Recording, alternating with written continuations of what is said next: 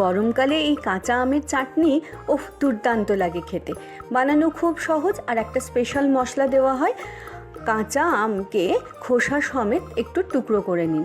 টুকরো করা হয়ে গেলে এগুলোকে নুন জলের মধ্যে 10 মিনিট মতো ভিজিয়ে রেখে দিন।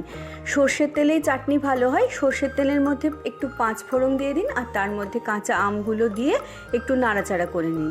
এরপর একটুখানি নুন আর হলুদ দিয়ে একটু ভাজা ভাজা করে নিন 5-7 মিনিট। তারপর ওপর থেকে দিয়ে দিন চিনি।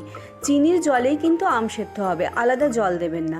আর তার সঙ্গে একটু আদা কুচি। এবারে মশলা বানাবার জন্য একটু মৌরি, 5-6টা গোলমরিচ, 6-7টা লং, 2টো শুকনো লঙ্কা আর একটু মেথি এরকম দানা দানা গুঁড়ো করে নিন। দেখুন আমও সেদ্ধ হয়ে গেছে। ওপর থেকে গুঁড়ো মশলা ছড়িয়ে দিন, হালকা হাতে মিশিয়ে কিশমিশ দিয়ে দিন। ব্যাস রেডি হয়ে গেল। 1 মাস মতো ফ্রিজে রাখতে পারেন। এরপর পাঁপড়ের সাথে খেয়ে দেখুন কি দারুণ